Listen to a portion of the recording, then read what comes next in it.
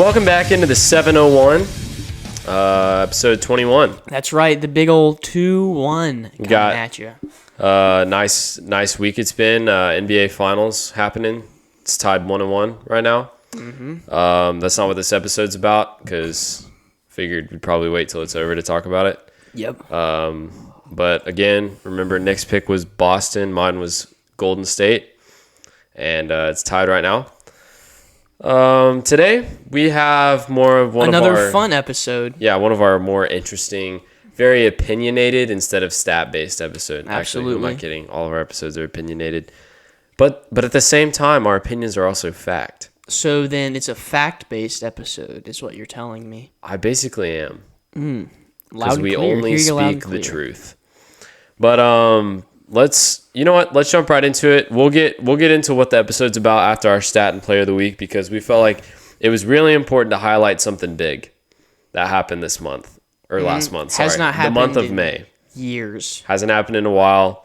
First of all, our stat of the week brought to you by Ricky Jenkins. That's right. Who is one of our great listeners, avid supporters. Fun fact for you: these black mugs right here.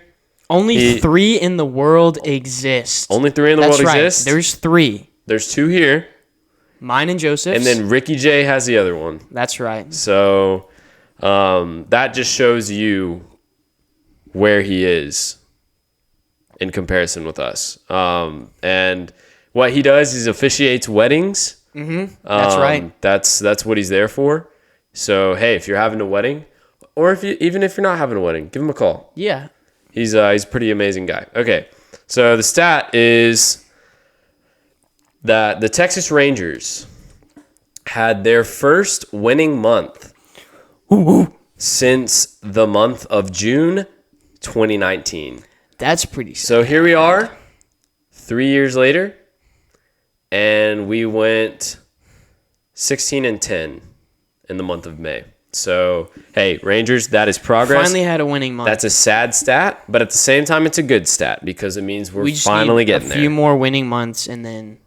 World Series. Who knows? Maybe a World Series. Mm-hmm. That's right. Mm-hmm. In lieu of these Rangers stat brought to you by Ricky Jenkins, victories, my bad. We are going to change Player of the Week, Player of the Month. Obviously, this man has been an absolute dog on the mound. He won American League Pitcher of the Month. I got to tip my cap. May. There you go. That is Martin Perez. Pitched 6 games, had a 4-0 record, threw for 41 1/3 innings, had a .64 ERA. Wait, That's say that right. one again. Say that one again. Sub 1. .64 ERA. That is through 41 1/3 inning. That's right. 41 1/3 So innings. through 41, you're telling me he allowed less than 1 run a game. That is Bombo facts. Interesting. Allowed 6 total runs, 3 of which were earned, 33 strikeouts in the month of May, 9 walks, and the opposing batting average against Martin Perez in the month of May, 195. Yeah, that's right. He is my vote for the Cy Young winner. Oh, absolutely. Give it to him. I mean, if he can keep producing numbers like that. Actually, AL Pitcher of the Month in June. We went to a game last week. Yeah, last saw Tuesday. Him play. When they played the Rays. We saw him pitch. Shutout game. That's right. Runs. 3-0. Rangers won that game. Rangers won because of him. Unfortunately, we tied the series 2-2. We were 500 for... all but one day. Yeah, one day. Fallen below 500, unfortunately. Hey, it's all good, though. Season's still early. We'll see what happens with the Rangers. But this episode is not a baseball episode for all of you who are about to turn us off because we were talking about baseball, which, by the way, shame on you. Exactly. It's called America's pastime. How dare you? This is about the NFL. This is something that we were just thinking of, hey, let's talk about football. We miss football. We're ready for football season. But we're going to talk trios. As we all know, the NFL is the most offensive it's ever been, ever. Defense. It is evolving into the offensive game. Defense matters, but you see a lot of the head coaching hires and those are all offensive guys that are getting hired. So the quarterback has become one of the most important positions I actually would say the most important position in any sport is the quarterback of football. And so we're going to talk trios, which ones we think are the most effective. These dangerous trios, ones that you should look out for. Yeah, these trios are going to be quarterback plus 2 skill players. Whoever, we're talking about just 3 players, right. Including the quarterback on offense. So we're going to kind of cover all of them, but we're also going to give the main things. We're going to give our top 3. I have a top 3. He has a top 3. It's not in a 3-2-1 kind of order, just like it's just who we the like 3 the that most. you should look out for. And I will roast Nick if he says something completely absurd. And I'm already he will do the same. prepared to roast Joseph for his pick. Oh, you know my pick? That we know is about to happen. I'm not going to spoil it, but just be ready. Yeah, just be ready because I'm dropping bombs all day long. And y'all be sorry for doubting me at some point. Okay, so let's jump right into it. We got some great trios. We are not going to count the Cowboys trio because we don't even know who our trio is. Because right. Could it be Zeke? Could it be Tony Pollard? Could it be CD? Could it be Michael Gallup? Could it be James Is Dak Washington? worthy Could it enough be to be Jalen included? Tolbert? Who knows? Dalton Schultz? Hey. We know him. We know him for sure. Well, he's obviously guaranteed. Yes. Right. So, other than that, though, we're going to just jump over the Cowboys, and we're going to jump over everyone in the NFC East. We're not going to talk about that at all because there really are no trios in the NFC East right now. So, obviously, we might as well just jump into it. We can cover. Just go right ahead. Joseph, give me your first trio that you would My like first to discuss. trio is no surprise to our avid listeners and no surprise to Nick either. Your Miami Dolphins, baby. The Fins. I got to give it to him. Tua Tagovailoa, Tyreek Hill, Jalen Waddle will be an interesting trio that I like right now. Okay, I heard Tua talking at a press conference the other day. Obviously, I wasn't there, but I saw the clip. You were there. You don't have to lie on the air. Tua was you were there. FaceTiming me. No, I wasn't there, but he was FaceTiming while I was doing it. Yeah. So he likes to send me jerseys and stuff because I'm a big supporter. Anyways, he was saying, he was bragging about his throwing to Tyreek in practice. Obviously, it's practice.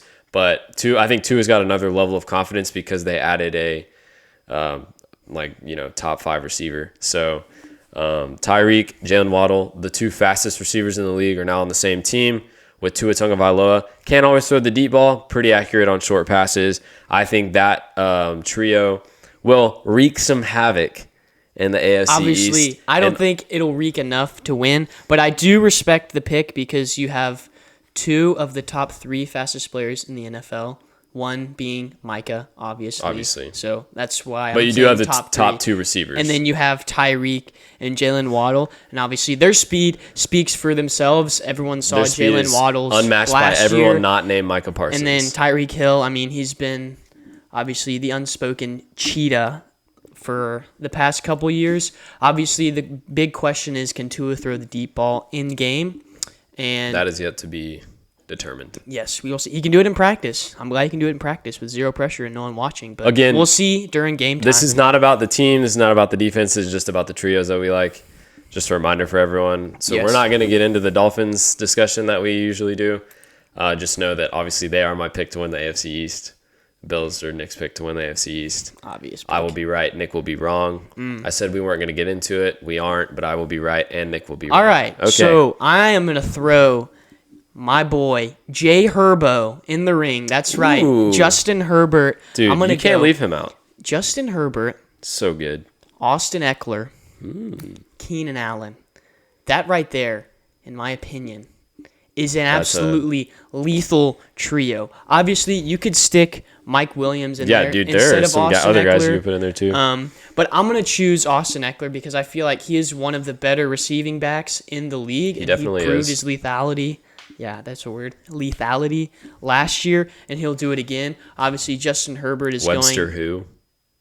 Yeah, that's right. Sorry, it took me a second to process. That was a late that joke, one. but it Webster's was, dictionary for I all felt like you it was important. that didn't get that one. So I got Justin Herbert, Austin Eckler, and Keenan Allen. Justin Herbert's arm talent and arm strength speaks for itself. And obviously, he is going to wreak havoc again, as he did last season. So that's why I have Austin Eckler, Keenan Allen, and Justin Herbert. Keenan Allen also is one of the most underrated. He just doesn't get enough attention, but he is very lethal. He's route just an running underrated and wide receiver one that doesn't really get enough attention. Yeah. Well, also the Chargers just don't get enough attention because they are the second team in LA. They're like the Clippers to the Lakers. Yeah. So, my next trio. Can I get a drum roll, please? Just no. That's gonna blow out the mics. Just kidding, guys. We're not gonna blow out your ears. My next trio is going to be the potential lawsuit still pending Browns trio, because Nick Chubb has proven himself to be, I would say, a top 3 back in the league right now, because let's be honest, there aren't a whole lot of amazing backs out there at the moment. Nick Chubb is consistent. Obviously, Deshaun Watson, I'm going based off what I saw in Houston while he was on the field, not off the field. I'm not commenting on that. And then Amari Cooper, one of the best route runners, and obviously can catch very well. Did it for the Cowboys for a long time. And we let him go because we're like that. But, hey, the Browns got him for next to nothing. And so Deshaun, Nick Chubb, and Amari Cooper.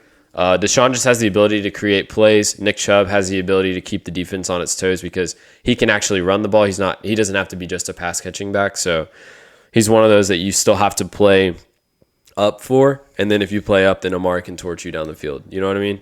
So I think that just works together very well. I can see the possibility of that being a good trio. The only part that comes into question is obviously Deshaun has been availability. Yes, Desean has been away from the game, and obviously we have no idea where this. There's a chance Desean doesn't play this season. Puts him, and obviously another thing is Amari, because it has been spoken about the question of his work ethic. They were talking about how he would give up on some game, like Jason Garrett back when he was there. He was giving him a hard time about his work ethic, like towards the end of losing games in clutch situations, and there were a couple of scenarios where he had to pull him. But the main question for me in that trio is Deshaun, because I think if he's there, he'll be able to put all of that together. And obviously, if his ability is the same as it was in Houston, then I think that could possibly be a lethal trio. He is the highest paid quarterback. He better play like it. Also, I will say, it has been proven with receivers, when they're not happy in one place, they get traded, they normally do a lot better in the next place just because it's a breath of fresh air or whatever. So that's what I'm expecting to happen with Amari. Yeah. He's also not a troublemaker. He's a smart dude, okay? He played chess on the airplane on the Hard Knocks, on the road to away games. Yep, he's a smart boy. Obviously, he's been a lethal route runner. He was a lethal route runner for the Cowboys, but there we go. That's my second pick. I'm going to throw in the Super Bowl losing Bengals trio. I figured you were going to take that one. I think it has to be thrown out there because they were lethal last year, and obviously I see them getting better this year. That would be Joe Burrow, Joe Mixon, and Jamar Chase. See, I was kind of hoping you would say T. Higgins instead of Joe Mixon. I don't have a lot of respect for Joe Mixon. But I don't think he's that good. I put Joe Mixon in there because I think he is a good pass-catching back, and I think he will also do a lot more this season since they have strengthened their O-line up in Cincinnati, and that kind of goes it's hard to be a good running back Joe when you have a terrible Burrow line. and Jamar Chase, because obviously Joe Burrow is going to have more time, giving him the opportunity to throw it downfield. True. I can see that. To Jamar Chase, and obviously Jamar had a phenomenal rookie year, and he's going into his sophomore season. He was right there with him though. T. Higgins. Yeah, right there I would agree. So they're scary on offense. They've got some lethal, obviously, like Joseph said, you can throw Higgins in there if you want to. I chose Joe Mixon because I think he's going to thrive more this season rather than last season, just because of the improvements they've made on their offensive line. You can't be a good running back if you don't have a running back. You can be a pass catching back, but obviously Najee Harris, we still haven't been able to see what he can do because he has a terrible line. I don't think he's been given a fair shot. Yeah, so that's a good pick. All right. So, getting into Joseph's third pick. My third pick, I'm going into a lot of potentials. I haven't, these aren't based on what I saw last season. This is what we could see this season. So obviously my last two have been like that. So I'm going to follow it up with a third one that's been very intriguing to me. And it's the Las Vegas Raiders with Derek Carr. And I'm going to not do Josh Jacobs. Okay. I'm going to do Derek Carr, Hunter Renfro, and Davonte Adams. And I know Nick likes this pick because he likes Hunter Renfro a lot. So I'm not going to give a whole lot of arguments there. But Hunter Renfro, I'm pretty sure, led them in receiving yards last season. He's one of the more lethal route runners. Lethal route runner. I think he's dependable. He's very, very underrated. Just because he's on the Raiders, and the Raiders don't get a whole lot of attention. Derek They're Carr notorious for being just got himself a nice extension. Davonte Adams was the number one receiver he was the number one route runner in the league last year. Number one receiver was Cooper Kupp, but he was the number two receiver, number one route runner, and he's just lethal. And we can finally root for Davonte. Fresno connection. That's right. They were homeboys. So the chemistry is there. They talk all the time. They're best friends. And then Hunter Renfro and Derek Carr grew close together as well. And obviously, Davonte I think he was kind of pushing hard to come to Las Vegas, and obviously he sounded super excited to meet back up with his homie Derek Carr. Yes. And like Joseph said, the biggest thing for me is that we can finally root for him because he is off of the Packers. Because he is out from under Aaron Rodgers' ginormously fat thumb. One of the comments that I got from our boy Ricky Jenkins, Mr. Ricky Jenkins, the other day was that there's some Aaron Rodgers bashing on this show, and he would be correct in that. All deserving bashing. I'd like to clarify. So the other day, I'm going to go off on just a side note real quick. Is that okay? Hey, is that all right? Fine. Yes. So the other day on the match, I don't know how many of y'all heard about, watched the match or whatever, Tom Brady and Aaron Rodgers versus Patty Mahomes and Josh Allen on golf. Anyways, Aaron Rodgers said before, he's like, I'm always thinking about retiring. And because they asked him about retiring, he's like, retirement's always on my mind. And all these athletes are coming out and being like, dude, nobody plays like that. Nobody comes out and says, I'm always thinking about retirement. Like, once you've committed to a season, you play the season. Brady's not sitting around like, man, I'm still thinking about retirement. No, Brady's committed to the 2022 season, and he's ready to roll with his guys. And you got Rodgers over here still talking about retirement after the Packers pretty much gave them all the money they still had. So I'm just saying Aaron Rodgers is lazy. Aaron Rodgers is a baby, and he got what he wanted. Congrats, Aaron, for getting paid. I hope that you don't even win your division. I hope you lose at least one game to the Lions this year.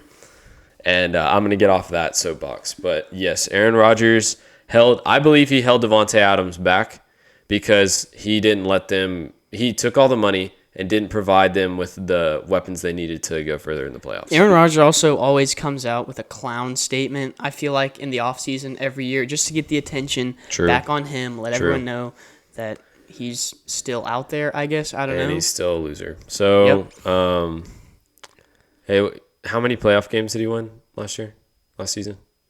I believe the number would be 0. Oh, you're right. Okay.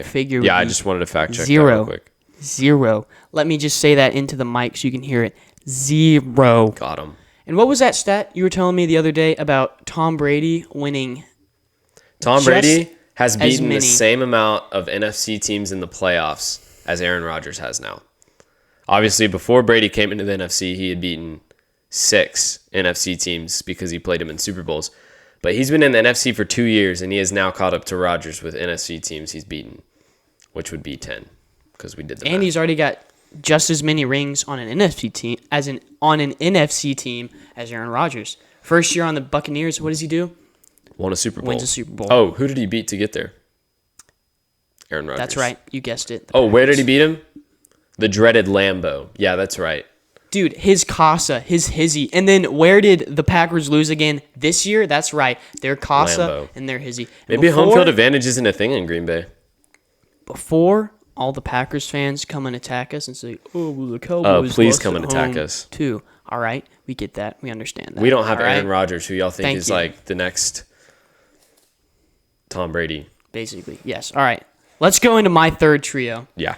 This is either going to be an insane pick or an absolutely trash pick. I can't wait to roast you on this. I don't even know what it's going to be.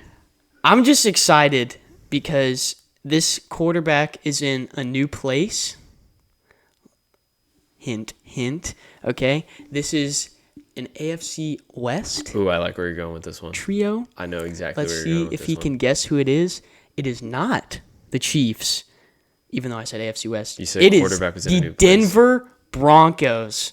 because I'm just mainly I love that pick. I'm mainly choosing this one because I want to see Russell Wilson succeed. Dude, you in America, bro. America wants to see it too. Like I was always a Russell Wilson fan. Love Russ. Love Russ. It just stunk for him that he was on. That's right, Danger Russ. That's his nickname on Instagram. That's his name on Instagram. His Instagram and his nickname. So the three that I'm putting out there, I'm gonna do Russ, and then I'm also going to do the two receiver, Cortland Sutton, and I'm gonna go Jerry Jeudy as well. Interesting. Because I think that Cortland Sutton and Jerry Jeudy put up a decent, and I would say an average season last year. And Jerry is back. Jerry Judy's back, by the way. Yes, he's officially back. Cleared of his charges. The charges were dropped, I believe. Yeah, dismissed. The case was dismissed. He's by back. The judge. Well, he's back. All right. Jerry Jeudy and Cortland Sutton put up average numbers last year, which you can't really expect anything more because they had an average quarterback, right? They had Teddy Bridgewater. Now they have Russell Wilson, who is notorious for his absolutely pinpoint accuracy. Dude, we've seen him live in Those big moments. Deep balls he is good. That he throws, like he can thread that needle. He can find the hole in that window. Russell Wilson he can literally put is it by no means overrated. Wherever he wants to. And obviously, I think Jerry Judy's athleticism Judy's fast. Speaks for himself. Jerry Judy's up there with Tyreek and Jalen. Oh, I agree. And then I think Cortland Sutton's route running is stellar amazing. As well. And then obviously now that they have a quarterback that is actually good. I mean, Tim Patrickson, he's not even part of the trio, but he's amazing too. Mm-hmm. So they can definitely succeed now that they have Russell And they have Wilson. a good O-line and a good defense. Obviously, this isn't about the team, but the Broncos are looking scary. They just got really good. I mean, all they needed was like a quarterback, and they got it. They got a phenomenal one as well. And Russell Wilson, are you kidding me? Their division will be tough. Just how tough the division was. 3 of the 6 trios that Nick and I have presented were all from that division. And if the Chiefs still had Tyreek, we would have put the Chiefs in there too. It's mainly because obviously Patrick Mahomes and Travis Kelce, that's an easy 2 that you can put out there, but like Juju for the third, Juju Smith. It's not Clyde Edwards-Helaire. Clyde Edwards-Helaire. I don't really see the Chiefs have a lot of question marks right now on offense. Absolutely lethal duo. I will give you that one. One of the most lethal duos in the league. But obviously, we're talking about trios, so that's you why could even make an argument that they are the most lethal duo. Leave the Chiefs out because it's about 3 guys, not just 2. Absolutely, those though, all 6 of those are crazy. You have a lot of teams like the Vikings who Dalvin Cook, Justin Jefferson, they just don't have a quarterback. So it's been shown that it's super important in the NFL to have some sort of quarterback, wide receiver, running back, or another wide receiver combination or tight end. We didn't even really mention any tight ends in our trios, but there are a lot of, right now the league is overrun with great tight ends. Did we even bring up a single NFC trio? No, I don't think we did. The NFC is not. I think that just kind of speaks to how the AFC is loaded this year. Yeah, it's loaded. Obviously, I guess an NFC trio to look out for is maybe Brady, Evans, Fournette, or something like that. Brady, Evans, Godwin. Yeah, you could put that out there as well. Kind of goes without saying because Brady's lethal literally every year of his existence. Brady's not really a trio guy. He's more of just a one dude. He makes everyone better on the team. Yeah. I tried to think of a Rams trio, but it's like Cooper Kupp, Matt Stafford. It's not Cam Akers. Yeah, I'd put them in the same boat as Patty. The Chiefs. Yeah. Yes, because they've got a lethal duo, but they don't really have a third, I feel like. Same thing with the Vikings. You have Dalvin Cook, Justin Jefferson. They just don't have a quarterback. Kirk Cousins, he's average, and the Bills don't really have a trio either. They're gonna be good, make no mistake, but they don't. We're not saying because these teams will be good because they or because they have a trio they're gonna be amazing. We're just saying these trios are. These 3 guys are gonna trios are a big deal in the NFL right now. 3. They're going to thrive this upcoming season, and you're going to see a lot of offensive You have more than one option on offense to go to. Yes. You don't have to watch out for just Cooper Kupp, on these other teams. But yeah, this is going to be an exciting season. Lots of packed offensive AFC football games. We'll see what the NFC has to bring to the table. So we know for sure Dallas will not be bringing anything to the table. So, but yeah, this was a cool episode to analyze some. Hope everyone enjoyed our little trios. fun episode about the trios, and let us know if you agree, disagree, or have any other ideas that you would like for us to discuss, like NFL wise, NBA, anything like that. We're always open. Since it's the NFL offseason, we can have free range to talk about kind of whatever. Yeah. But here's we like to end our shows on Under Review. In lieu of this being a football themed episode, I thought I would bring you a football quote. If you can believe it, the mind can achieve it. That was said by 49ers legend safety Ronnie Lott. It's a good quote. And ain't that the truth? Ain't that the truth? We thank y'all for tuning in this week. To episode 21. Hope you have a good week. Watch some finals games. And when we come back next week, I think the finals will still be going on. Next week. Y'all have a good week. Over and out from Under Review.